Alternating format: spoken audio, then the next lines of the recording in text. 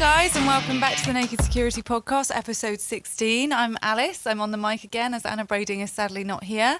I'm joined by Sophos expert Mark Stockley. Hi.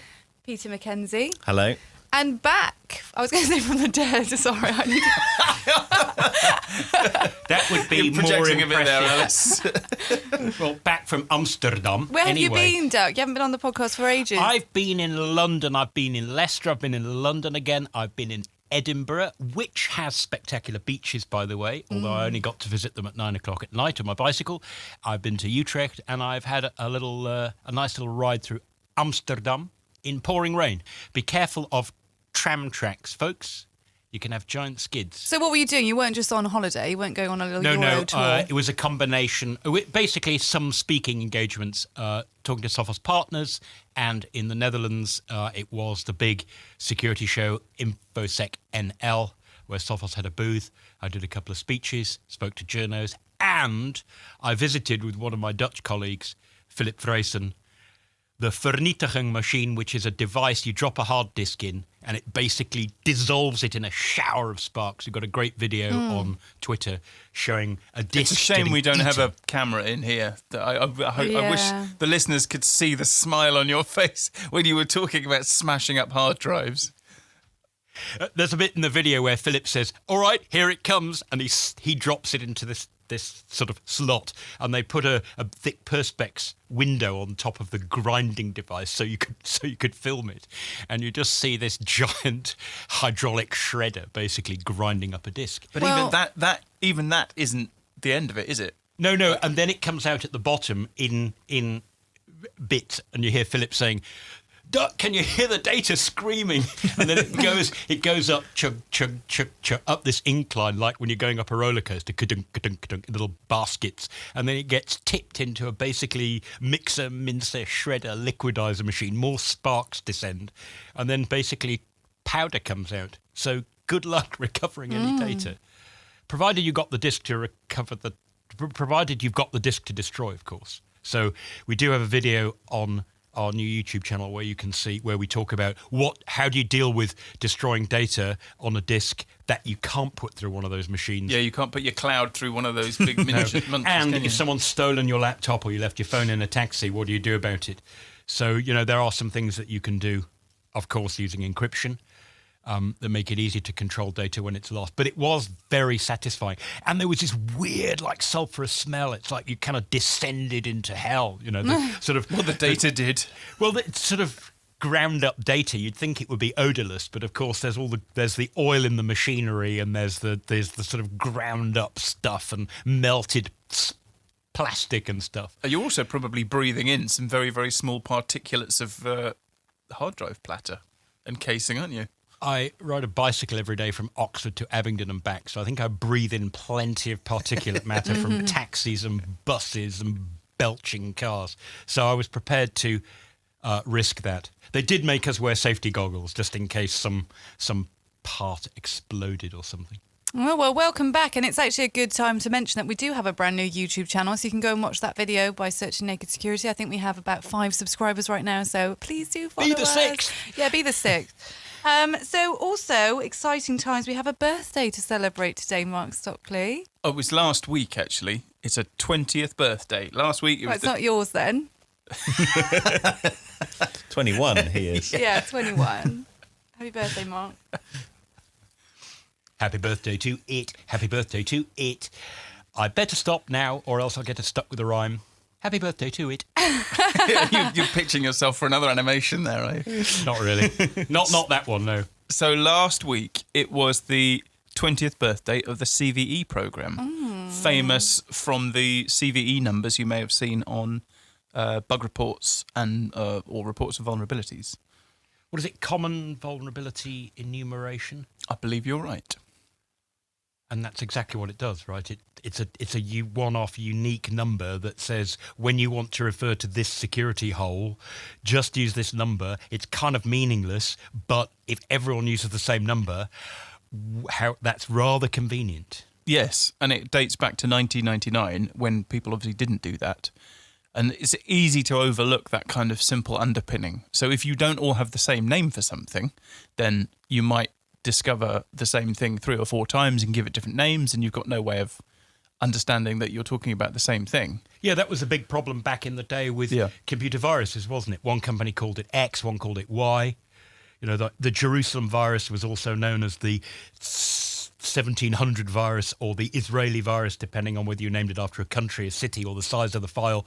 So, I've got 3 different viruses at the same time, when in fact you only had one. So it was a great way of just saying, let's give it a one-off name that doesn't have the heartbleedy type romantic marketing name. It's just a unique, dull but definitive identifier.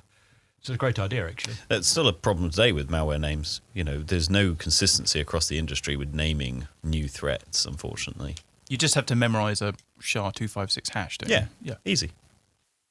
Actually, somebody did comment recently when we were, I think it was a recent podcast or a video that we did where we gave a CVE number just so that people could check whether it had been patched in any update they downloaded by going and looking for the year 2019 and 4 digits. Yeah. And somebody said, hey, what we need is another naming scheme that gives memorable names to these things. And of course, the problem is that then you need a naming scheme to tame the naming scheme to tame the naming scheme. So sometimes having a dull identifier, like a barcode on a product, it's not great for marketing, but it is great when you want to make sure, did this patch fix that problem or not?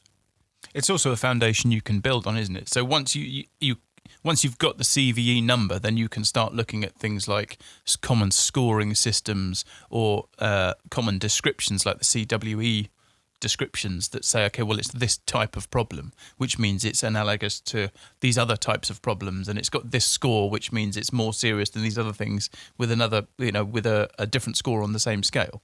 Where I find it particularly useful is where you've got a bug, say, in a third-party library, thinking Heartbleedy, or you've got an image file processing thing, a bug that's in lots of different products. When you get an update from the vendor of the product that includes the library, that includes the bug, if their release notes say, we have fixed CVE 2019 - blah, blah, blah, blah, then you can be sure that they're fixing the same problem that was fixed in another product with a different update that may have come out on a different date. So it's just a good way of finding out that lots of different people have taken the same action against the same problem, rather than wondering whether an update you got for this product fixed the same thing, the same sort of hole that product had. So what you're trying to say is, happy birthday, CVE. Happy birthday. Happy birthday. Happy birthday. So coming up on today's show, Duck's going to be talking about BlueKeep. Peter covers a new Spanish ransomware, and Mark's talking about the latest twist in Sextortion. So Duck, as you're back, let's start with you. So BlueKeep was a big vulnerability patched by Microsoft back in May in a blaze of publicity. In fairness to Microsoft, they warned users that this could be the next big one. So to start with, can you tell us what BlueKeep is and why Microsoft were more concerned about this one? Yes, I think that the word blue comes from the fact that the attack uses a similar sort of approach to that was used in Eternal Blue, which was famously the exploit used by the WannaCry virus 2.5 years ago. And BlueKeep is a security hole in Microsoft's remote desktop protocol. Sorry, that can come out. RDP protocol. You're allowed to repeat the word protocol when you use an acronym. You're giving yourself that permission. Yeah. So basically, in very many networks, an administrator will turn on what's called RDP on everybody's computers. It's a way for Windows to support 2 users at the same time. So you can be sitting at your keyboard, logged in and see your window, and somebody else can log into your computer remotely, and they get essentially a remote graphical window, a login to your computer. So it's very, very handy if you want to share a computer, let 2 people use it at the same time, or if an administrator wants to jump in and manage your computer while you're not there. So it's not the same as Windows Remote Assistance, where you and somebody else collaborate on and you see them moving the mouse on your screen. It's basically a graphical remote login tool for Windows, and it works by your computer listening on network port 3389 for incoming connections. When a connection arrives, basically a login page gets pumped out to the other person. If they've got username and password and the right authority, then they get basically they get access to your computer. The problem is that this is BlueKeep which is I'll give it the CVE-2019-0708. That's not a date, it's just an arbitrary 4-digit number. Basically, it's what's called a pre-authentication hole. Basically, by probing the port that's supposed to give the login page, somebody can basically stick a knitting needle in there and persuade your computer to run a small little programlet, shellcode as it's known, that they provided. In other words, RCE, remote code execution. So you're listening in for people logging in, but they don't even get to the login page where they need to put in a password. In the process of provoking the login page, they take over your computer and they can kind of do what they like. And the big fear, of course, the reason that Microsoft said, look, guys, we're going to go out on a limb here and say this is really, really, really more important than any of the other patches in May. In fact, they actually provided patches for Windows XP and for Windows Server 2003, which are ancient history. That's how serious they thought it was. Yeah, they've only done that, I think, 2 or 3 times, haven't they, since the Windows it's XP only went when out of support. there's a serious danger, and the reason is that Microsoft were warning that this could be what's called a wormable hole. Yeah, I believe the NSA also put an alert out saying, look, this really is serious patch. It wasn't just Microsoft. Yes, Microsoft, their words were, we made the decision to make security updates available for platforms that are no longer in mainstream support, which is the nice way of saying, all you laggards who are still on Windows XP, which is nearly 2 decades old, we are going to help you, but we still want you to move, but we're doing it for the greater good of all. And when they say now in theory, any remote code execution hole, if you can break into somebody else's computer and get it to do something on your behalf, technically any RC, any remote code execution is wormable. You can make a virus out of it. I connect to your computer, I tell your computer to infect the next guys and the next guys and so on. But I think Microsoft's concern here was you don't even need to log into the computer. You can just basically probe it and get it to attack the next guy and the next guy, kind of almost by like a when you skip a stone on the ocean or a lake by skimming it. It's almost like you can just glance from computer to computer. And if you think about things like the Internet Worm 1988, the Code Red virus 2001, Slammer. SQL Slammer, which attacked via the SQL port. You didn't actually connect to the database. You didn't need a password. You didn't actually do any database commands. You basically just probed the SQL server and it attacked the next guy and the next guy and the next guy. And soon the whole internet was flooded with a series of attacks. And those that were successful would lead to the virus spreading further.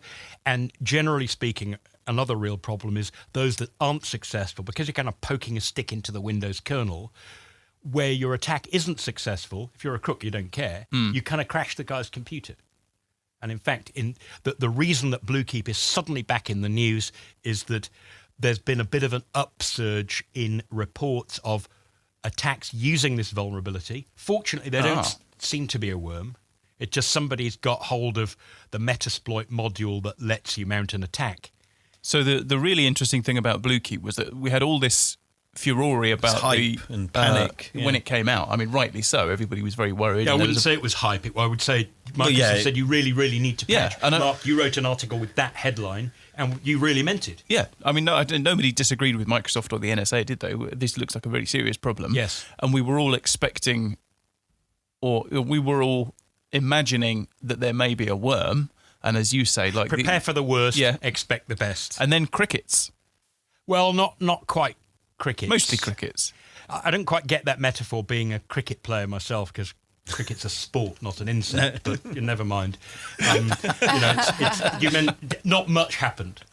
Yeah, not so much, there was visibly happened. Yeah, there was some proof of concepts. Yeah, people were trying it out, and suddenly along come this bunch of buffoons who seem to have got hold of Metasploit for the greater good of all. Here's how it works, and they've got hold of this exploit, which is, to be fair to Metasploit, they didn't make something that anybody could use to attack anybody. You have to sort of tailor it, and if you don't, you run the risk of crashing the remote computer. And some of the reports I've seen... It's a step up, though, isn't it? Yeah, but unfortunately, some nearer. of the reports I've seen suggest that this isn't large scale, so it's not a worm. It's just somebody looking for people who haven't patched, who have RDP open on the internet, and who are available to take this generic attack. And it seems that in about 90% of cases, your computer will blue screen, which is bad enough, and in 10% of cases, you will end up downloading and running a Monero cryptocurrency mining program. Who would have thought? So, it could have been worse, but it is a clear sign that there are lots and lots of people out there who 6 months later haven't applied any of the generic precautions that they could have. Firstly, they're exposing RDP to the internet at large. So the crooks don't even have to break into your network in order to break further into your network. So, Duck, what advice would you give people then? What should they be doing? Well, the obvious things here, the obvious thing, we said it a zillion times on the podcast. I'm sure we'll say it a zillion more. Patch early, patch often. Microsoft told you. Microsoft even provided patches for people running way old, unsupported versions of their operating system good on them. The NSA warned everybody. Naked Security warned everybody 6 months ago. If you haven't patched, you're kind of part of the problem rather than part of the solution. The second thing you can do, and Microsoft actually introduced this feature, I think, in Windows Vista, because they felt it was an important extra step, layered security. RDP now comes, for years and years and years, has come along with a thing called NLA, which is network level authentication. And basically, you have to authenticate to the network first before you're allowed to stick your knitting needle into the RDP port. So A, that keeps any crook 2 steps away rather than 1 step away. And B, it means that somebody can't keep trying to log in, which could waste resources on your server. It could be used for a denial of service attack. So the second thing is Microsoft have this well-known second layer of defense, not quite 2FA, but it's a second layer called network level authentication. It's on by default from Windows 8 and later because it's now considered so important. But if you have an old operating system, the defaults were different. You owe it to yourself and the rest of the world to go and bring yourself up to speed. And that leads to the last point, which is if you do insist on running an older version of Windows, like if you've got Windows 7, you need to accept that you're a little bit behind the times and that when your system was set up, we collectively, the world, didn't have exactly the same concerns about cybersecurity as we do today. And so some of the defaults, the choices that were made for you when your operating system was installed, aren't really up to scratch in today's world, and you need to go and change those. So this network layer, NLA, the network layer authentication, it's on by default in Windows 10, and RDP is off by default. But those choices were different earlier on, so you need to go and check your system to make sure that you are essentially following modern standards and not leaving a little bit of a hole which the crooks can use against you, and having used it against you, could use it against everybody else. Not that I feel strongly about this. And also, it's worth bearing in mind that BlueKeep is just one of the problems facing people who've got RDP. And Absolutely. If you want to know more about what to do about those problems, go to sophos.com/RDP. Oh, God. We did some Well RDP done for getting research, that in, and in Mark. 80 seconds flat, the cyber crooks came after us. And that, my friends, was that. But SSH was even worse, not 1 minute till their knock. If you pick shabby passwords, then the crooks will pick your lock. And it really is as simple as that. Did you just come up with that on the spot? No, I came up with it on the spot from memory. Ah, right. It was one Okay. of the daily poems we I was did impressed. through One of your limericks. Cybersecurity Awareness Month. Well, that's not a limerick, technically. Peter, did we tell you in advance that we expect your bit to be an iambic pentameter? You did not, Okay. and it won't be. Well, thank you, Duck. So moving on to story 2. Those weren't pentameters, by the way. No, but his bit 4-3. is. Oh, excellent. Look forward to it. Peter, you're covering some breaking news about mass ransomware outbreak in Spain, which started yesterday. Yes, and there's actually a potential link to BlueKeep. We'll come back to later. So it started getting reported on Monday the 4th that multiple companies in Spain have had some sort of mass ransomware attack. This sent a lot of concern, especially around Spain. It seems to centre around a company called Everest, and this is publicly known. And the first sort of indication it was ransomware is an employee, or reportedly an employee of Everest, leaked a picture of the ransom note onto Twitter. Oh. Yeah. Interesting that the ransom note actually says by revealing disclosure of the contact details in this ransom note, you could risk decryption being impossible. So I imagine that employee is possibly having a meeting with their boss at some point. With their new boss. Yeah, their new boss, yeah. Anyway, so what we know about this, as I said, it started on Monday the 4th. Everest is a large MSP, so a managed service provider. Sorry, what's a managed service provider? Yeah, so a lot of companies, big and small, they like to outsource some of maybe their IT or their security, and managed service providers can say, well, okay, we'll install something on your machines. It gives us access to your machines, so we can deal with your sort of frontline IT questions if people need passwords reset, or we can manage your security. We can do all this kind of stuff. But basically, the MSP has access to your company's network. So It's kind of like a garage, isn't it? These days, people don't work on their own cars. They drop it off with somebody else, and a couple of days later, they pick it up, and they kind of hope and assume that what was wrong has been fixed. And that the garage was trustworthy. This is one of the use cases for RDP, isn't it? Yes. So, Yeah. So we don't know all the the details are still coming out. This is Tuesday as we're recording this, and it's happened yesterday. So the report is that Everest has been hit. The ransomware has been identified as BitPaymer, which is one that we've talked about before. It's what we class as a high impact targeted attack, which means the attackers will have already gained access to the network, they'll have compromised domain admin accounts, and they will have planned this attack, proven by the fact that when the files get encrypted in this attack, the extension on the files basically spells out Everest, done with numbers. It's 3v3r1s. So clearly confirmation. This is not random. Yeah, exactly. That's a signature. That isn't is it? a diss. Yeah. That really is trash talk, isn't it? And the big question is the other companies that have reportedly had attacks. So I've heard rumours of at least 4 other companies being affected. The next one that's sort of well known is a radio station in Spain, a large radio station, Cadena. I don't know if I'm pronouncing that right. But their network basically sort of went offline around the same time as Everest. So that sort of started all the speculation. Now, we don't know if it's the same ransomware, and we don't know the details of like the extension on the encrypted files. However, it has been reported that at least two separate sources, have had files encrypted that have the Everest extension, which could indicate that the MSP was the primary target, but because of their access to other networks, it either accidentally or deliberately spilled out into those other organizations as well. You can imagine the crooks going, I can't believe my luck. It's like all their ransomware Christmases come at once when they break into a company thinking they're going to infect 1,000 computers and find they can infect 1,000 times by. It's not out of the question that was deliberate, is it? I mean, when we were doing the Samsung research a couple of years ago, we were looking at the different types of ransomware. If I recall correctly, BitPaymer was the one they were the absolute eye-watering ransoms. They were at the time, yeah. Yes. I mean, so the ransom, again, this is sort of leaked, don't know if it's completely accurate, but the ransom demand for Everest was, or is, 750,000 euros, which is about 800. Ouch. Yeah. 750,000, not as high as Ryuk. I mean, Ryuk ransomware, they're in excess of $5 million nowadays.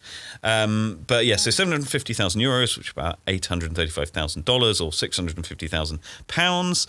And this is not against each company, right? It's basically the MSP is going to have to pay. Well, this is the ransom demand for Everest.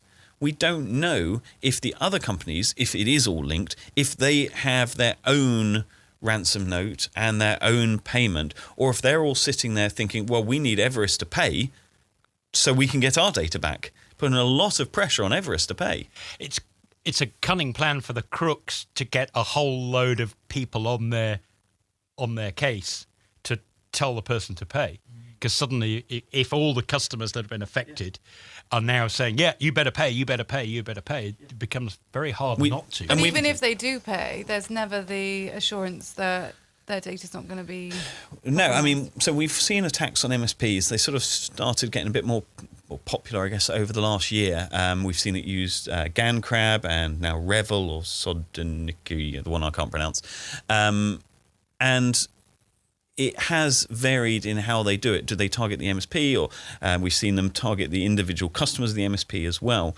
So if Everest was the target, and they're the only one that are expected to pay the ransom node, or the ransom, if they do pay and they get a decryption tool, they've now got the question of, do they provide that tool to their customers who have also been encrypted? It's because, I mean, that would obviously highlight the fact that they've paid the ransom, which they may not want to admit if they do it. So it's a messy situation, an interesting sort of twist on these high-impact ransomware attacks.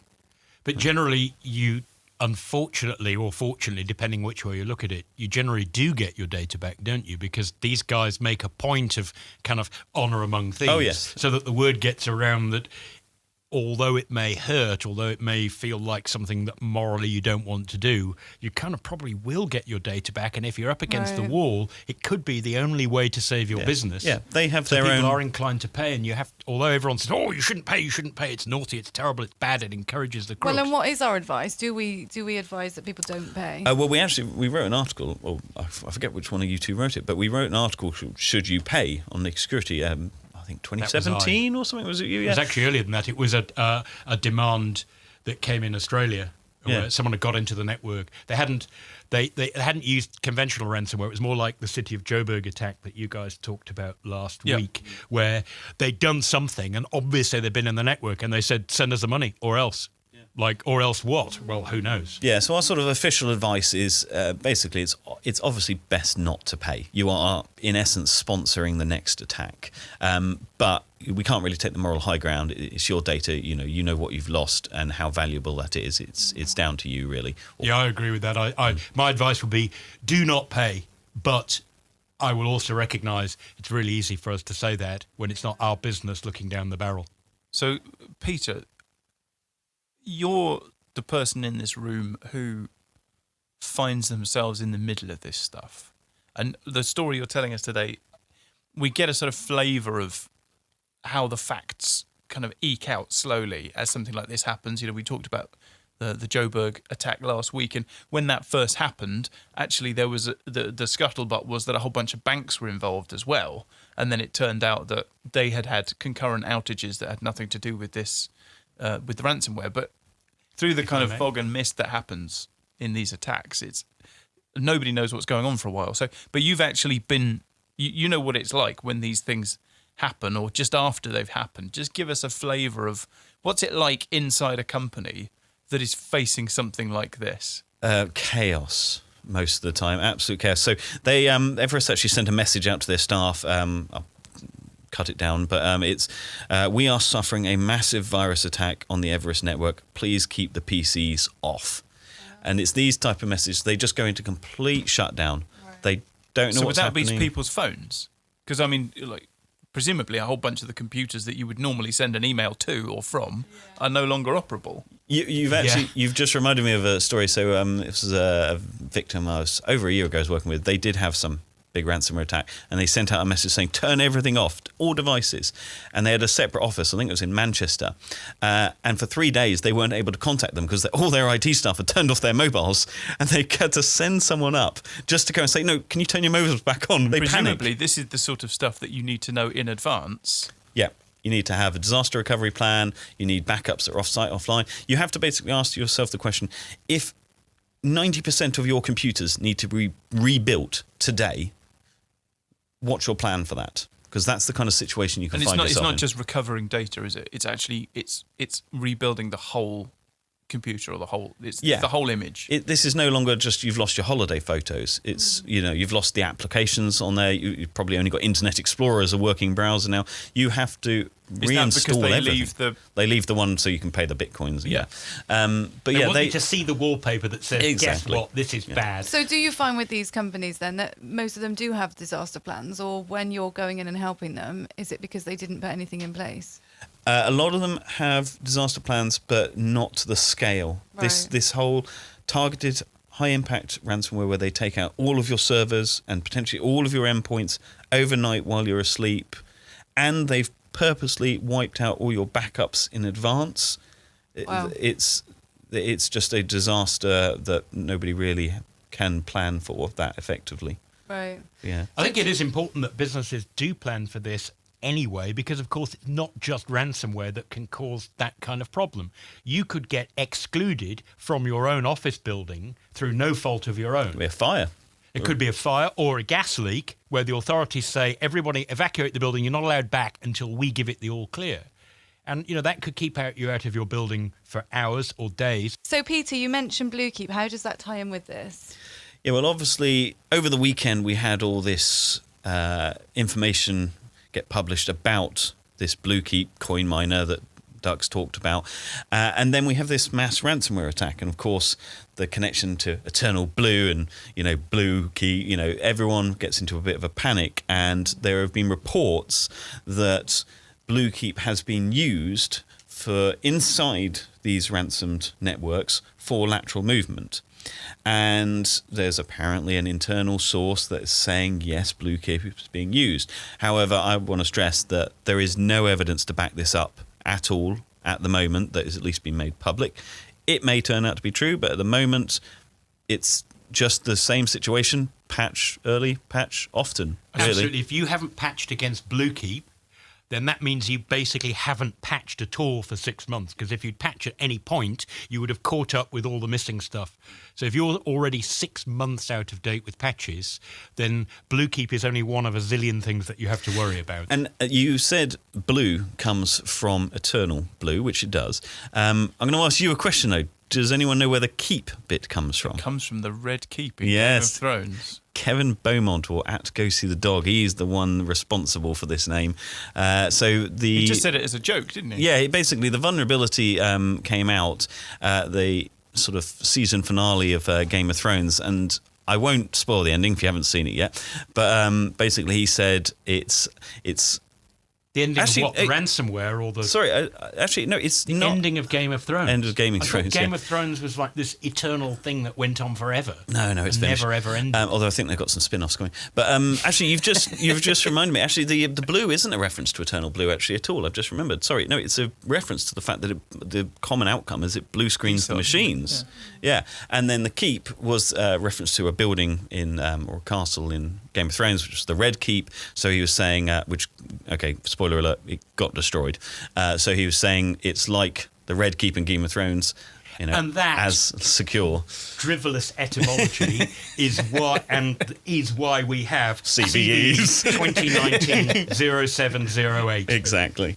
So moving on to the final story, Mark Stockley, you're going to be talking about sextortion. I am. So we've talked about this extensively. It's a very interesting topic, but why are we covering it again? What's new? Why? Why? Because Mark still hasn't put insulation tape over his webcam. That is one You of should the probably reasons. do that. You should probably do that, Mark. So yeah, we have been over this a number of times, and bear with me because we are going to go over it again. And the reason that we're going to go over it again is this is still a thing. The scams are still going on. People are still paying. People are still falling victim to this, and people are feeling the effects. If you go and read the comments on our Naked Security articles about the sextortion attempts over the last year and a half, you'll see there's lots and lots of people are kind of upset and disturbed by this. Right. So it's worth going over the details again because not everybody understands what's happening and what it all means. So bear with me. So we are talking about sextortion, and today we're talking about a sort of a new twist on it, but I'm going to recap how we got here. So sometime last year, somebody came up with a novel kind of scam where they email you claiming to have hacked you. And what they say is that they filmed you via your webcam while you're enjoying porn websites. And everybody seems to have received these emails. So I've had plenty. I don't know about you guys. Have you received any, Duck? Yeah, Peter, I have, Alice? Yeah. So as the campaign's evolved, we've written a number of articles about it. And what we've seen over time is pretty much an unending stream of comments on those articles from victims. And the traffic to those articles has actually increased over time. And also recently in the UK, it's actually hit the mainstream TV news. In the emails they received, the victims are told to pay menaces in order to stop the hacker from revealing the video that they say that they've taken to everybody in your address book. of course, they haven't taken a video. This is, they're lying. It's easy to send somebody an email and to tell them that you've done that. And the reason that people believe it is because the emails contain some form of fake proof, which is designed to persuade you that you have, in fact, been hacked. And what we've seen over time, the first form of fake proof that we saw was a password.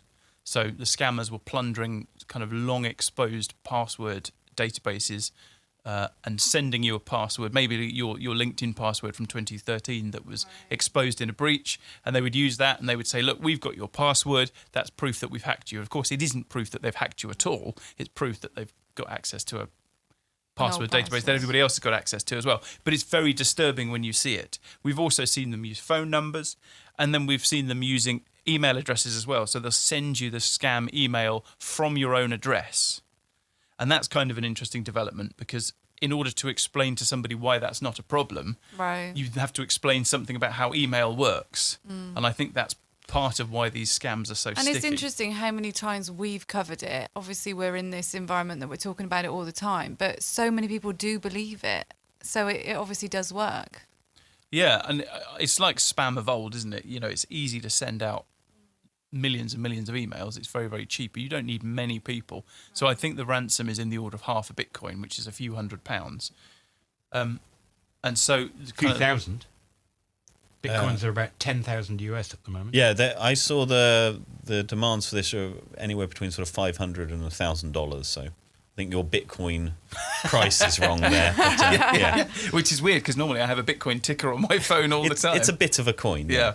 And what's interesting is if you look at those comments, there are loads of people who said, look, I don't visit porn sites, or I don't even have a webcam, but I'm still worried because, like, if the guys are in my computer, what else could they have done? And it's kind of that unknown, isn't it? And you can see why people would be unsettled, considering that they're getting these emails all the time. That's exactly right. It's that they know something you don't know. So which is you didn't know that your password was public knowledge, or we have people saying, else. So should I go and change all my passwords? You're thinking, well, you can. Yeah, maybe it's that a lot one of work. Yeah. If you're not using a password manager, it's a good excuse to start. But it does put fear up people, and understandably. So what's the new twist this week? That's the story so far. The new twist is the messages are appearing on websites and not just in emails.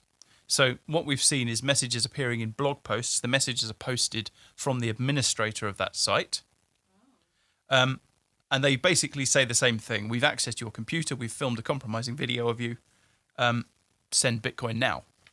Or we'll publish it on your website. And or we'll reveal it to everybody in your address book. Wow. They also state that not only have they filmed you while looking at these sites, but they've also recorded what you were looking at.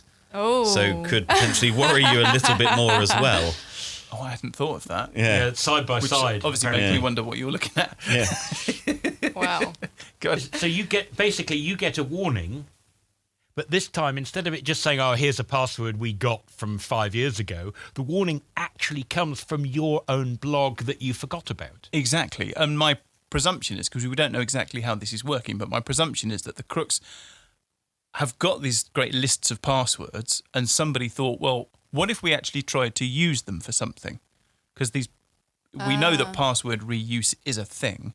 So if somebody gets your password from, let's say, the LinkedIn breach in 2013, it's worth trying that password on a bunch of different sites, like, say, blogger.com or wordpress.com, to see if they can log in. And if they log in, don't they then have a much more convincing form of proof that they have hacked you? Because they actually have hacked that's you. what people say in the comments. They say, well, if these guys, if they want to prove it, putting my phone number is not really very convincing. Why don't they just send me the video and then I know they've got it? So here they don't have the video, but they do have a post that they made on your blog. You can go to your own blog and go, how on earth did that get there? And what else have these guys done? Well, and also there is such little understanding around the fact that they don't actually have the video, that even if they do post it on your blog post and your friends and family see that you've been hacked and someone says, I've got a video of you watching porn, that's almost embarrassing enough. Yeah, you're right.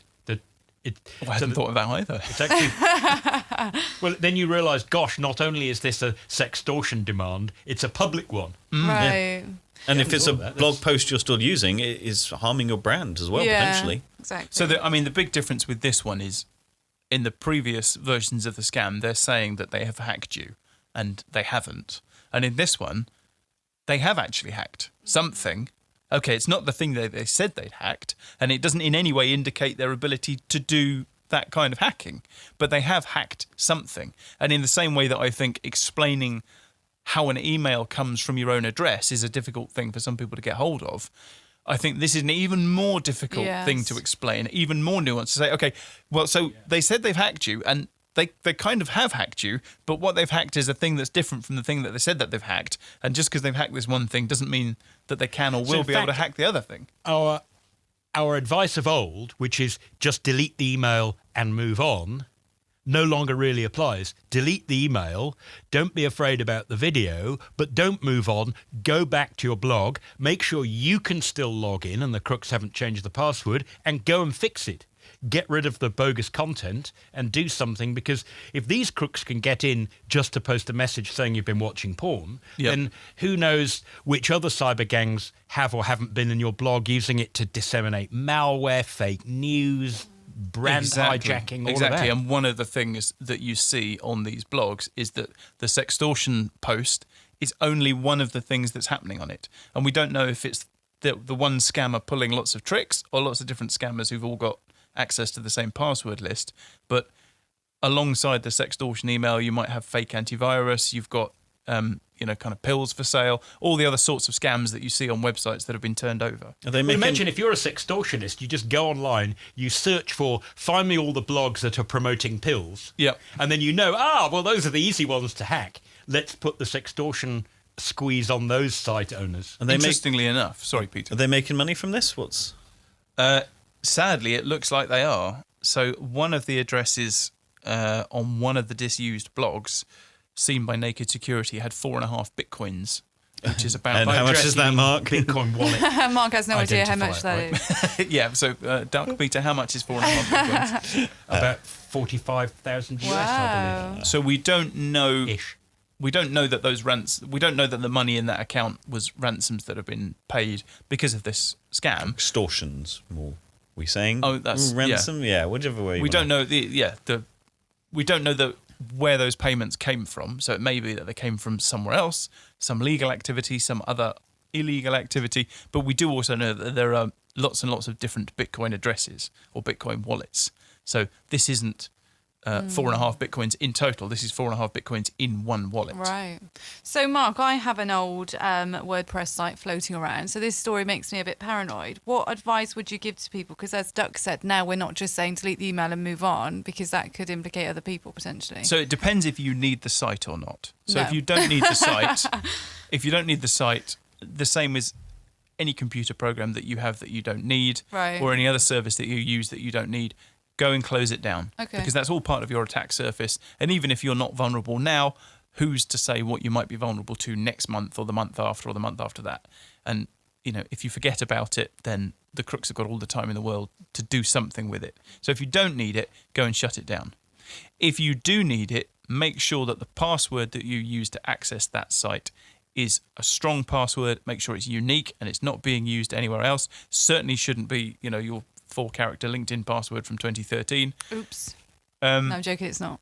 And if anybody else has got access to that site, you need to make sure that they're all using strong passwords too. And if it's something like WordPress, make sure you turn on two-factor authentication as well.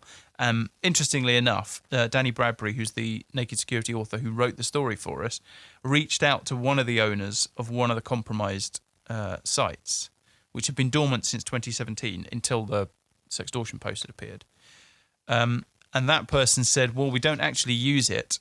When he suggested that they might want to look at the security on the site, she said, I will do if I get a minute, which I never get, which is a way of saying, I'm not going to do that.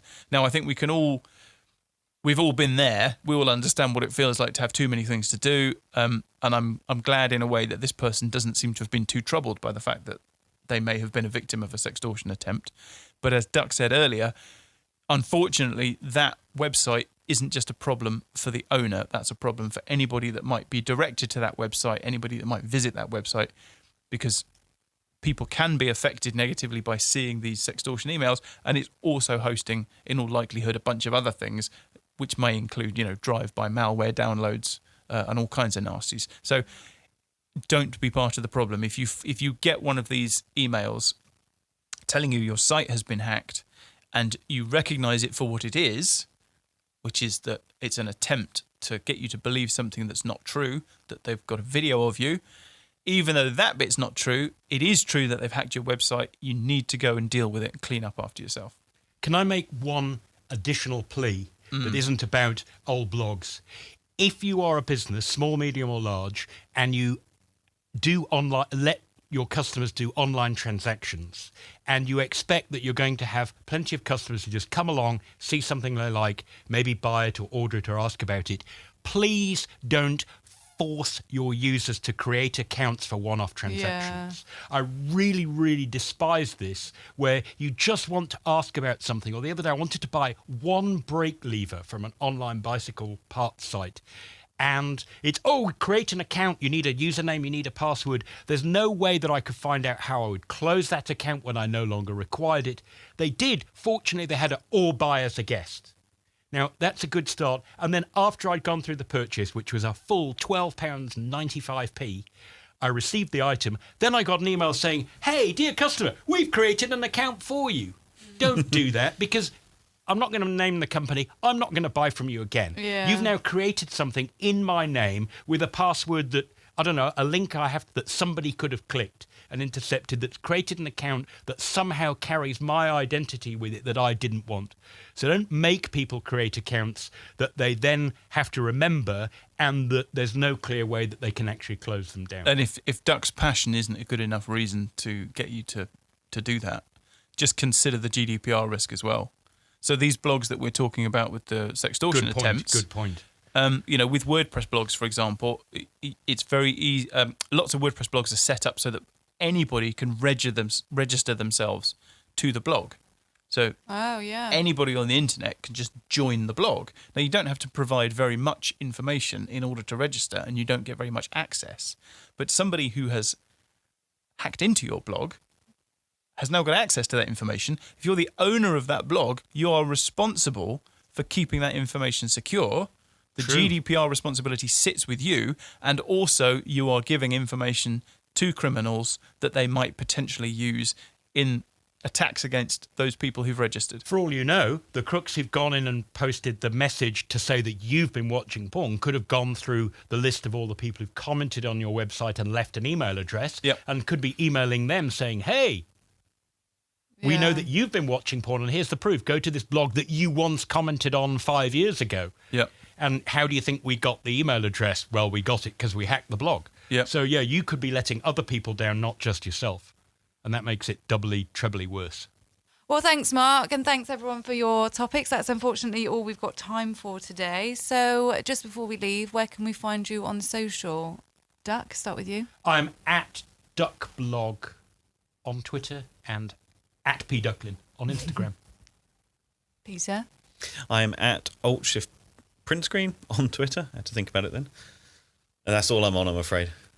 And Mark? I am at Mark Stockley on Twitter, and I'm also at Internet of Hens, if you like hens. Perfect. I'm at Ali Rouge, and we're at Naked Security on everything else. Come and watch our weekly Facebook Live videos and subscribe to our YouTube channel. We're so lonely on there. Thanks, guys. And until next week, stay secure.